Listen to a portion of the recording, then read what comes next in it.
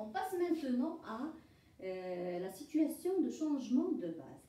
Alors, si j'écris bien sûr un élément dans une base, il aura des coordonnées bien précises. Si je change de base, j'aurai d'autres coordonnées.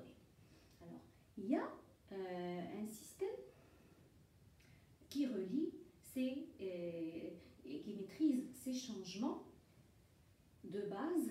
Il y a, enfin, on va voir qu'il y a des formules qui relient, par exemple, les coordonnées d'un élément dans une base par rapport aux coordonnées du même élément dans une autre base. Si je fais un changement de base, via bien sûr une matrice de passage qu'on va voir. Alors, changement de base.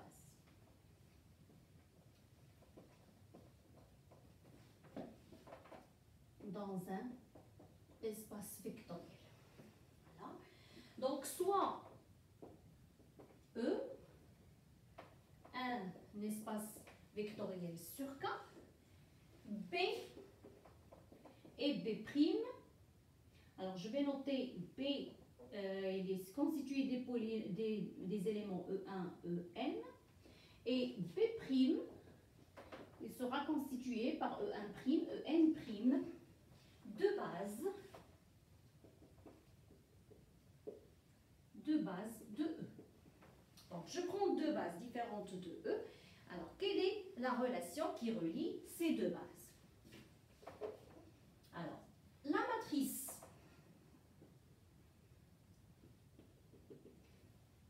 de l'identité, regardez bien ce que je vais écrire, de l'identité, c'est-à-dire de l'application identité.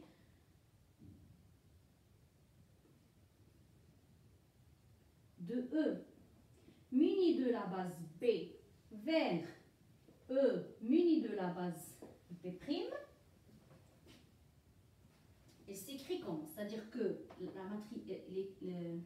l'application identité qui va de E, mais on va le munir de la base B, vers E muni de la base B'. À chaque X, je vais associer X lui-même. Je ne change pas l'élément, mais c'est son écriture qui va changer. D'accord? Donc, cette identité, c'est une application linéaire, bien sûr, et elle a une matrice. La matrice de l'identité, de la base B vers la base B', c'est quoi? J'écris l'identité appliquée à B', c'est-à-dire l'identité de E1', jusqu'à identité de En'. C'est quoi identité de E1'? Ce n'est autre que E1' lui-même. On n'a pas changé l'élément.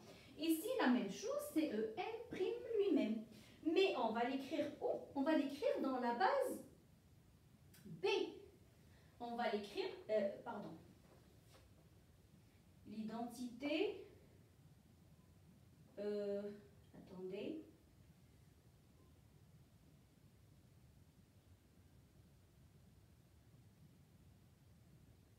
attendez, l'identité,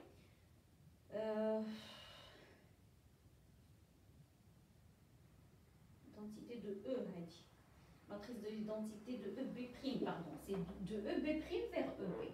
C'est-à-dire c'est l'inverse. De EB' vers EB. La matrice de l'identité de EB' dans EB, c'est-à-dire un X écrit dans la base B', je vais l'écrire dans la base B. X, donc ici, c'est les éléments de la base B' qui seront ici. Voilà. Les éléments de la base B', c'est l'identité de E1' qui est E1', identité de En' qui est En', donc c'est les éléments de la base B' écrits dans la base E1, E2 jusqu'à En, dans la première base qui est la base B. Alors cette matrice, donc je vais écrire ici E1' en fonction de et ainsi de suite. La même chose, je vais écrire EN en fonction, donc c'est des colonnes comme ça, constituées des éléments de la base B' écrits dans la base B. Alors, cette matrice est appelée la matrice de passage de la base B à la base B'. Là, bien sûr, c'est B', B. Alors, la matrice de l'identité, qui est ça, est appelée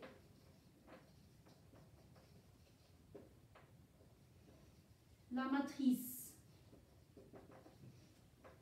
de passage de B à B'. Et on la note. Et on la note P comme ça, de B vers B'. Donc P, c'est la matrice de passage de la base B vers la base B'. Alors c'est quoi en fait? C'est la base, c'est la matrice constituée ici en colonne par les matrices, pardon, les éléments de B' écrits dans la base B. Voilà. Elle s'appelle la matrice de passage de B à B'. Regardez bien, ça s'inverse. La matrice de l'identité de B' dans B, c'est-à-dire que les éléments de la base B', je vais l'exprimer dans la base B. Voilà, c'est ça. Et bien sûr, ça donne la matrice de passage de B à B'. On va voir. Donc, l'inversion, pourquoi elle est inversée? Alors, on va prendre un exemple.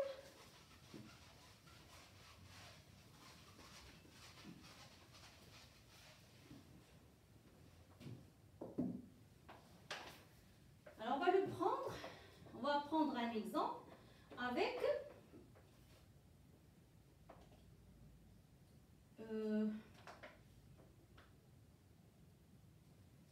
E est égal à R3, B, E1, EN, E3, E2, E3, la base canonique,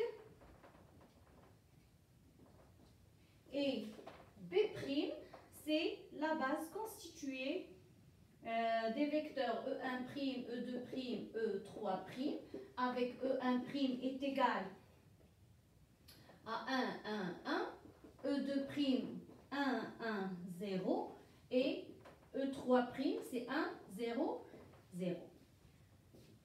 Voilà. Donc, la matrice de passage de la base B vers la base B', c'est quoi? C'est la matrice dont les coordonnées sont les éléments de la base B', c'est-à-dire E1', E2', E3', vous mettez les colonnes, exprimées bien sûr dans la base de départ E1, E2, E3. C'est tout simple. Donc, E1', c'est quoi? E1', c'est 1, 1, 1, c'est-à-dire que c'est 1 fois E1 plus 1 fois E2 plus 1 fois E3. N'est-ce pas? Parce que 1 fois E1 ou 1, 0, 0, plus 1 fois 0, 1, 0, plus 1 fois 0, 0, 1. Voilà. La même chose pour E2'. Donc, si je vais écrire ici dans la matrice E1', ça veut dire que c'est 1, 1, 1, comme ça. C'est 1 fois E1, 1 fois E2, plus 1 fois E3. Alors, pour E2', c'est 1 E1 plus 1 E2 plus 0 fois E3.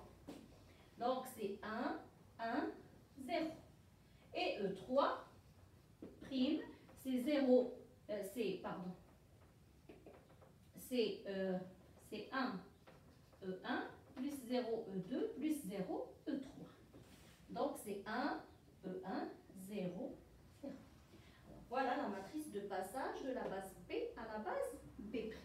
Alors, qu'est-ce qu'on remarque ici? Puisque la matrice de passage est une matrice de l'identité, de l'application identité. Alors, l'application identité, bien sûr, c'est une application qui est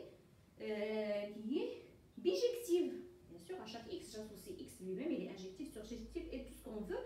Donc, elle est bijective. Et donc, et son application inverse, ce n'est qu'elle-même. Donc, l'application inverse, c'est elle-même. Et donc, je peux dire que la matrice de passage, elle est inversible. D'accord? La matrice de passage, elle est toujours inversible. Et sa matrice inverse, ce n'est autre que la matrice de passage de B' vers B. D'accord? P, la matrice de passage de B vers B', elle est inversible.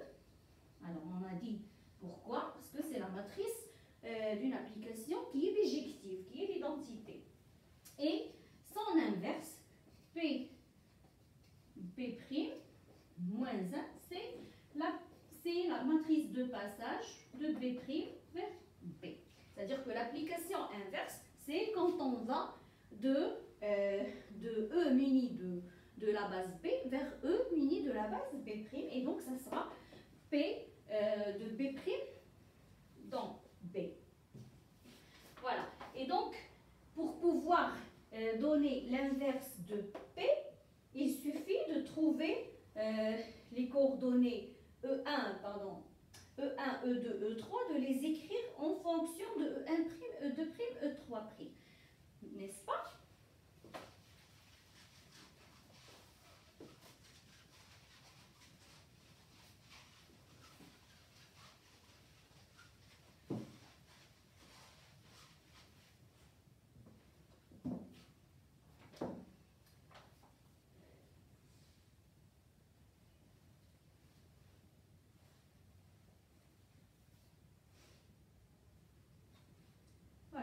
Donc, reste à donner aussi une relation entre les coordonnées de x dans une base donnée B et ces coordonnées dans la base B'. D'accord? Soit x dans E. E, bien sûr, il sera muni B et B', alors les mêmes bases, E1, En, B', E1', En', deux bases de E. D'accord? Alors j'écris x, c'est les coordonnées x1, xn de x,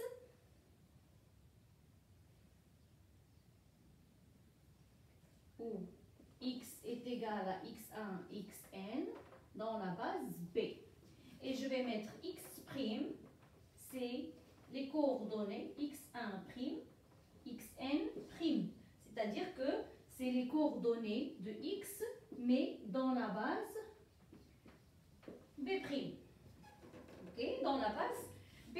Alors, quelle relation existe-t-il entre x et x'? Alors, la relation, elle est x est égal à la matrice de passage de B vers B' fois x'. D'accord? P, la matrice de passage de P fois P', appliquée à x', il donne x. Ou bien, je peux, pour calculer x', puisque P est inversible, je peux dire que x', c'est P de B vers B' moins 1 appliqué à x. Et ça, ce n'est autre que la matrice de B' vers B appliquée à x. Donc voilà, vous avez le choix entre ces trois expressions qui donnent la relation entre les coefficients de x dans la base B' et les coefficients de x dans la base B. On va prendre un exemple.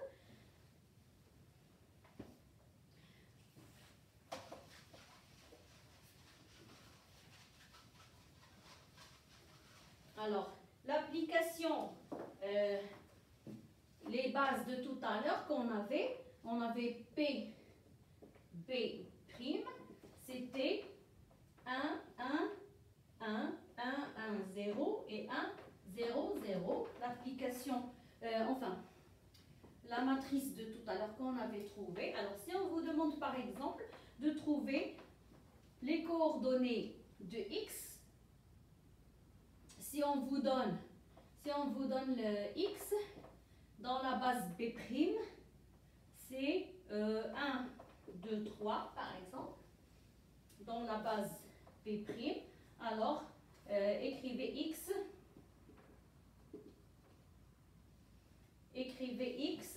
dans la base B. C'est ça la question. On vous donne les coordonnées de x dans la base B', on vous demande d'écrire x dans la base B, donc c'est facile. Ça, c'est x', c'est la base B', c'est 1, 2, 3, et je cherche x. Donc, je vais appliquer ça. X est égal à P, B' fois x', ça veut dire que x, y, z, que je cherche les coordonnées de x, y. Alors x, je vais poser que c'est x, y, z, avec bien sûr x, c'est les... Oh, chez x, y, z. C'est mis en alpha, bêta, gamma.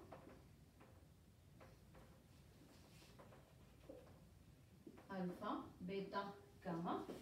Alpha, bêta, gamma dans la base B. Alors, je suis à la recherche des coordonnées de x dans la base B et je vais les noter alpha, bêta, gamma. Ça c'est la matrice 1, 1, 1, 1, 1, 0, 1, 0, 0 fois la matrice colonne 1, 2, 3. Et je fais le calcul pour trouver les coordonnées de x dans la base P. Alors ça donne quoi? Alors pour la première coordonnée, c'est première ligne fois première colonne, c'est-à-dire 1 fois 1, c'est 1, plus 2, plus 3. Ça fait 6. Ici, première ligne, deuxième ligne fois première colonne. Donc 1 fois 1, c'est 1, et 1 fois 2, c'est 2, 0 fois 3, c'est 0. Donc c'est 1 plus 2, ça fait 3. Et ici, troisième ligne fois première colonne, donc c'est 1 fois 1 plus 0 fois 2 plus 0 fois 3, c'est 1. Voilà, donc alpha, bêta, gamma est égal à ça, et ça c'est x.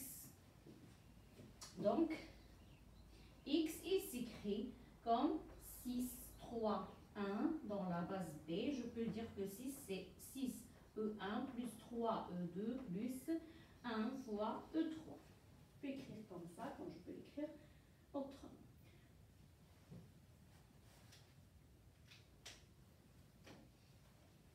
Alors, ça, c'est quand on est dans le même espace et qu'on a changé une base dans le même espace, qu'est-ce qui arrive aux coordonnées? Alors maintenant, si je change, si j'ai une application linéaire entre deux espaces et que je fais un changement de base dans l'espace de départ et un changement de base dans l'ensemble, dans l'espace d'arrivée.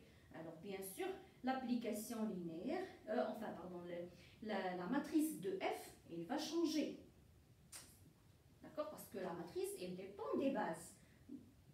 La base de départ et la base d'arrivée. Donc si je change l'une de ces bases, ou bien je change les deux, j'aurai une autre matrice, même si c'est pour la même application linéaire. Mais bien sûr, il y a des relations qui relient la nouvelle base, la nouvelle matrice avec l'ancienne. Avec, bien sûr, via les matrices de passage qui relient chacune des bases. Donc, je vais prendre soit F, une application linéaire qui va d'un espace E vers un espace F. D'accord? Linéaire. Donc, une application linéaire. Voilà. Et de base de E. Et C et C' de base de F, de l'espace d'arrivée. D'accord? Donc, j'aurai une matrice de passage de B à P', je vais la noter P, la matrice de passage de B vers B', bien sûr, ceci dans E, et Q, je vais appeler la matrice de passage de la base C vers la base C' dans l'espace d'arrivée. Donc, ces deux matrices, bien sûr, sont des matrices carrées inversibles. Par contre, la matrice ici entre E et F peut ne pas être carrée. Voilà. Donc, quelle est la relation? Alors, je vais écrire M, c'est la matrice de F dans les bases B et C, c'est-à-dire dans les premières bases, avant de faire le changement. Et M', c'est la matrice de F dans les bases B' et C'. Alors, quelles sont les relations entre M et M'? Alors, si je prends un élément X dans E, si je note X, la matrice de coordonnées de X dans E, dans la base B, donc je vais noter la matrice de coordonnées de X dans la base B, X', la même chose, la matrice des coordonnées de petit x dans la base ici P'. On sait bien sûr les relations qui relient X et X'. C'est quoi la relation? X est égal à P fois X'. C'est ça la relation.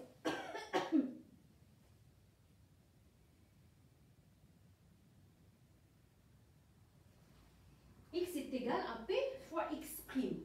Et si je prends f de x, f de x, bien sûr, c'est un élément de f. Donc, il va s'écrire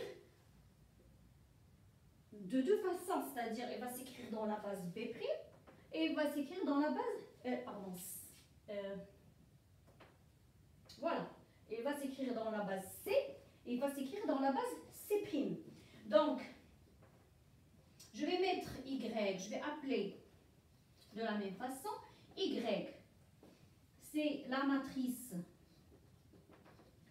de coordonnées de f de x dans la base C, et Y', ça sera la matrice de f de x dans la base C'. Alors, la même chose, quelle est la relation qui relie Y et Y'? C'est Y est égal à Q. Q, on a dit, c'est la matrice de passage de C vers C'. Donc, c'est Q fois Y'. OK? Ou bien, bien sûr, je peux mettre que c'est que Y'. Y' aussi, il s'écrit comme Q-1 fois Y. Je peux utiliser celle-là ou bien l'autre. D'accord? Et quelles sont les relations entre X et Y?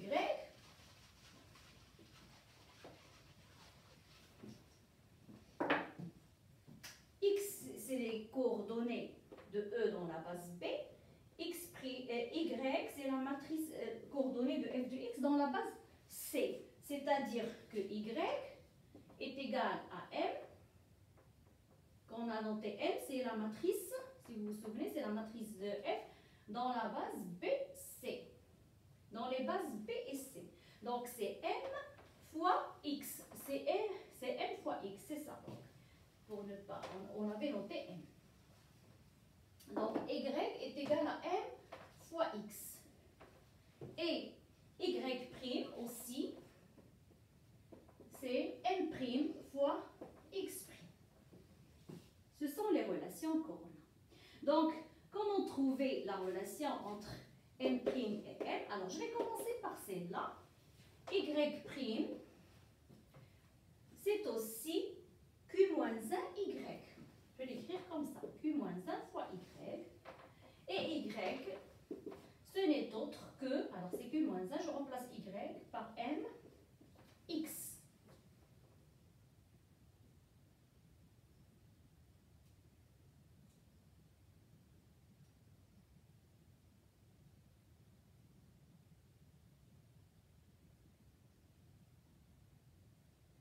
Et X,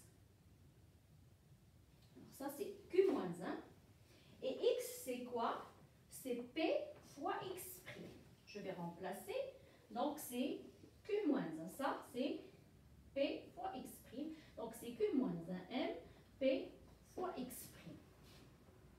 Donc, vous regardez bien. Alors, on a Y' est égal à Q-1 M, P, X'.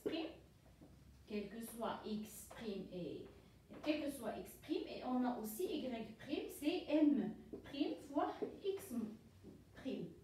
Ça veut dire qu'on a égalité.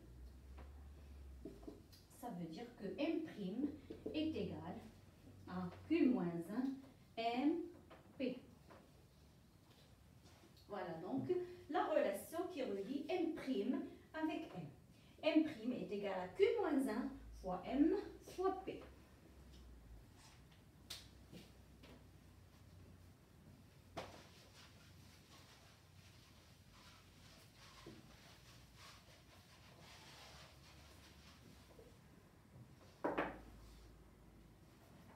Alors, on va prendre un exemple.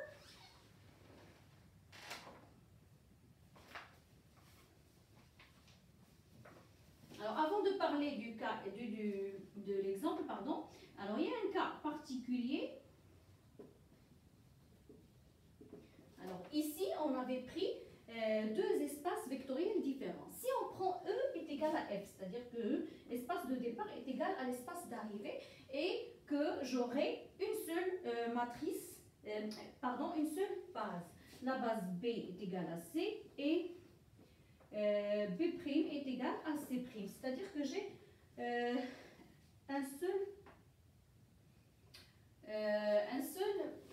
une seule matrice de passage. Donc P est égal à Q et on a N' sera égal à P-1 N fois P. Avec P, bien sûr, c'est la matrice de passage de B à B'. D'accord? P, c'est passage de B vers B'. Voilà. Donc ça, c'est un cas particulier, très important aussi, quand on est dans le même espace vectoriel, c'est-à-dire que F, il va de E, il arrive dans E, c'est un endomorphisme, et que je change de base, alors la matrice de F dans la deuxième base, elle s'écrit comme ça, P-1 MP, avec P, c'est la matrice de passage de la première base vers la deuxième base. Alors, on va prendre un exemple pour visualiser ça.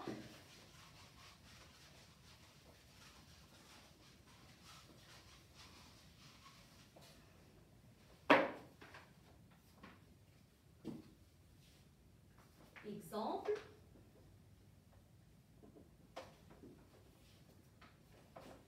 Soit U de R2 dans R3 défini par U de AB est égal à B A moins B.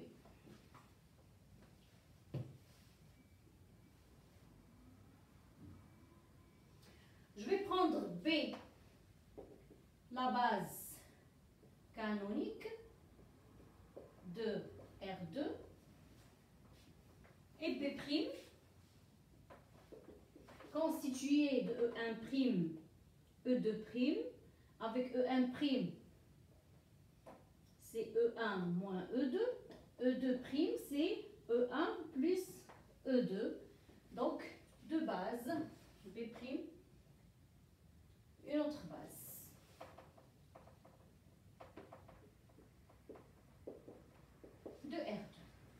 Et de même, pour R3, je vais prendre la base canonique. Alors ça, B sera noté E1, E2, la base canonique de R2. Je vais prendre maintenant C pour R3, la base canonique F1, F2, F3, la base canonique.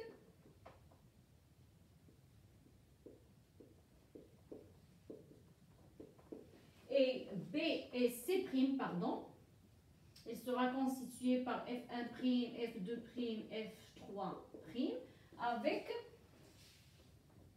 alors ça c'est une autre base, avec F1' est égal à 1, 1, 1, F2' est égal à 1, 1, 0, et F3' c'est 1, 0, 0. Ok? Voilà. Alors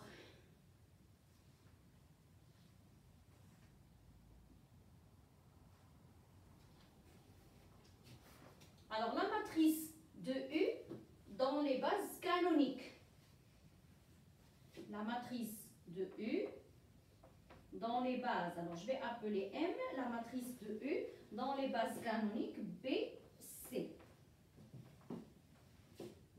Ça, bien sûr, je peux le calculer. C'est la matrice de, alors qui est donnée par U de E1, U de E2, U1 et E2 sont les éléments de la base canonique, écrits dans la base canonique de R3. Ok? Donc c'est quoi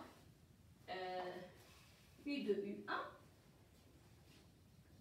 U de U1, c'est U de E1, c'est U de 1, 0. Et je calcule A est égal à 1 et B est égal à 0. Donc c'est 1, 0, 1. Bien sûr, ici, quand je mets ici, c'est dans la base canonique. Quand il y a des coordonnées comme ça, c'est les coordonnées liées à la base canonique. Donc c'est quoi? C'est 1 fois E1 plus 1 fois E3. N'est-ce pas? Donc c'est 1, fois F1, parce que ici, c'est la base canonique de R3 qu'on a noté ici, F1, F2, F3. 1, 0 et 1. Ok? Pour U2,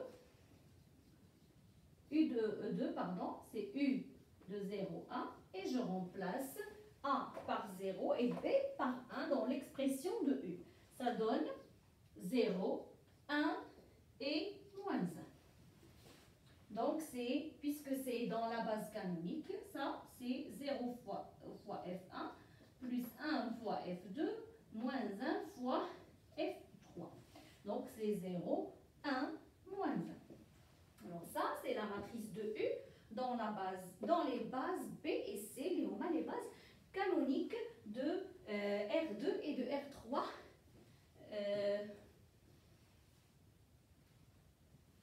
Respectivement. Alors, pour trouver la matrice M', qu'est-ce qu'il faut?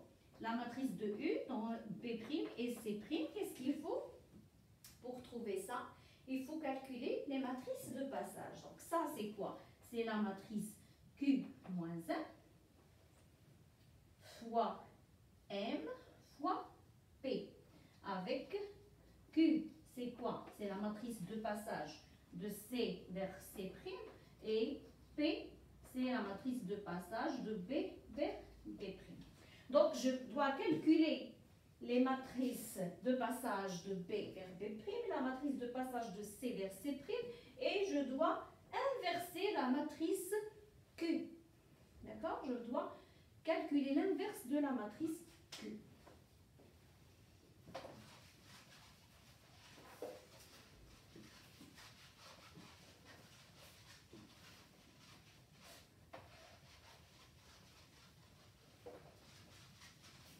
Donc, on va commencer par donner la matrice de passage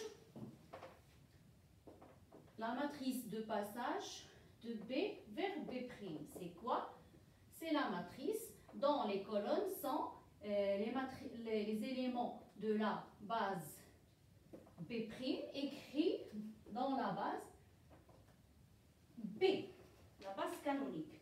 Alors, la matrice E1', c'est E1 moins E2. Alors, E1' c'est E1 moins E2, donc c'est 1 E1 moins 1 E2. E2',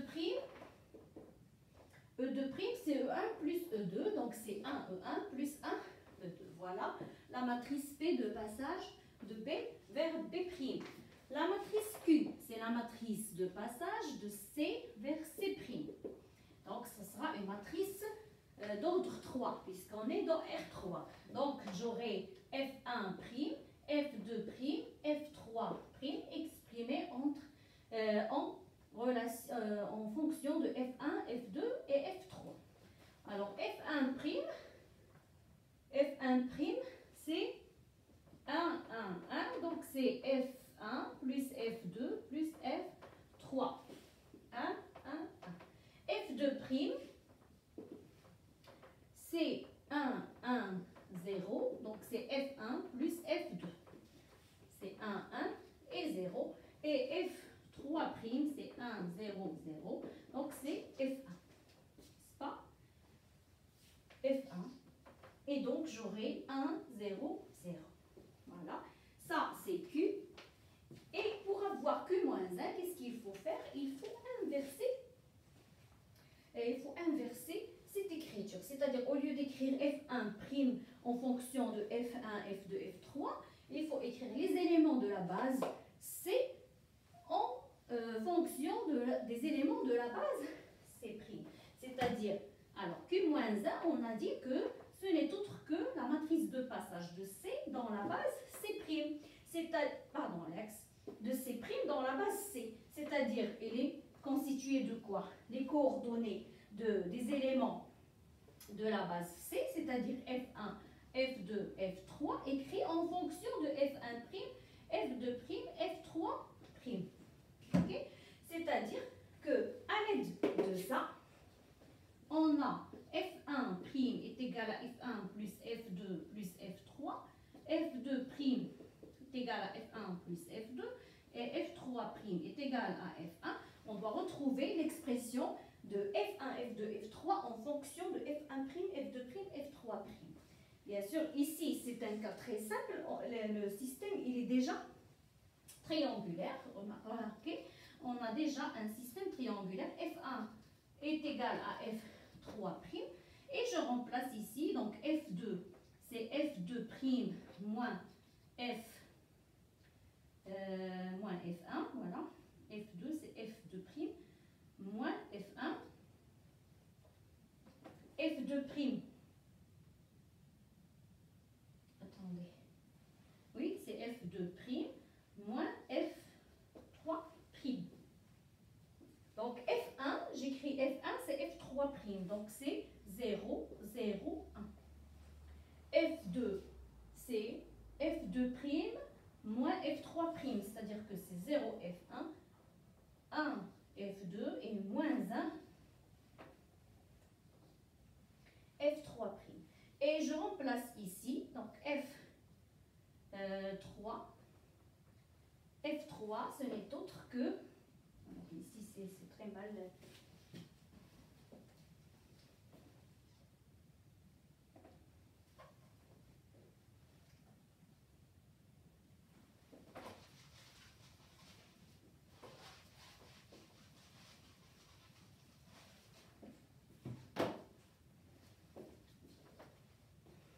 Alors, on avait F1', c'est F1 plus F2 plus F3. F2', c'est F1 plus F2. F3', c'est F1. C'est pas? Donc, on a déjà F1 est égal à F3'. J'ai remplacé ici pour avoir F2. F2, c'est F2' moins F1. F2' moins F3'.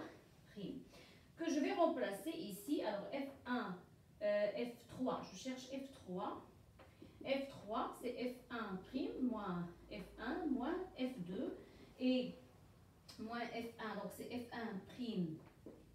moins F3', moins F2, c'est-à-dire moins F2' plus F3'. Et donc, j'aurai F1, c'est F1 moins F2'. Donc, c'est F1 moins F2 et 0, puisque ça va se simplifier. Donc, j'aurai 1 moins 1, 0 ici, qui est l'application inverse Q moins 1. Maintenant, il ne reste qu'à appliquer la relation M' est égal à Q moins 1 fois M fois P. Donc, il suffit de faire le produit.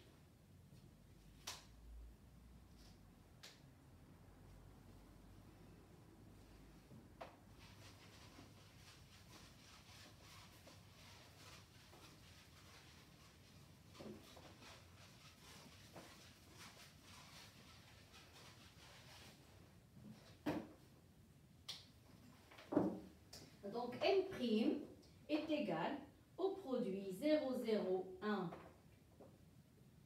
0, 1, moins 1, 1, moins 1, 0, fois 1, 0, 1, 0, 1, moins 1, fois 1, moins 1, 1, 1. Alors, puisque le produit est associatif, je peux commencer par calculer ces deux-là. Ensuite, les multiplier par ça. Alors,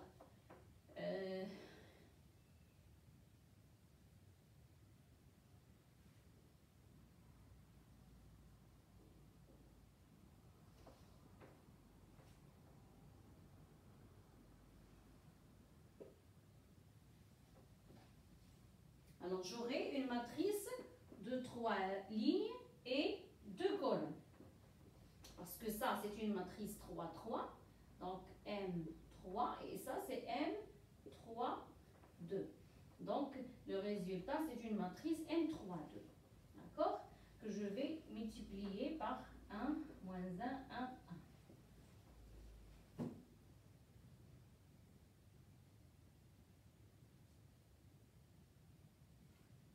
J'aurai encore une matrice M3. Voilà.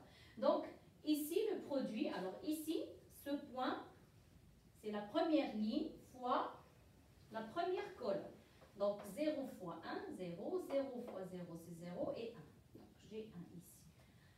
Ici, deuxième ligne et première colonne. 0, 0, moins 1 fois 1, c'est moins 1. Troisième ligne, première colonne, ici. 1, 0, 0. Donc, c'est ici. Première ligne, deuxième colonne. 0, 0, moins 1. Deuxième ligne, deuxième colonne. 0, 1, 1, 2. Ici, troisième ligne, deuxième colonne. 0, moins 1, 0. Moins 1. Et je fais maintenant le produit avec cette matrice.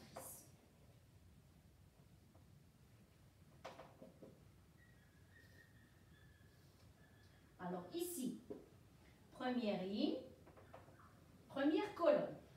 1 fois 1, plus moins 1 fois moins 1. Donc ça fait 2. Deuxième ligne, première colonne.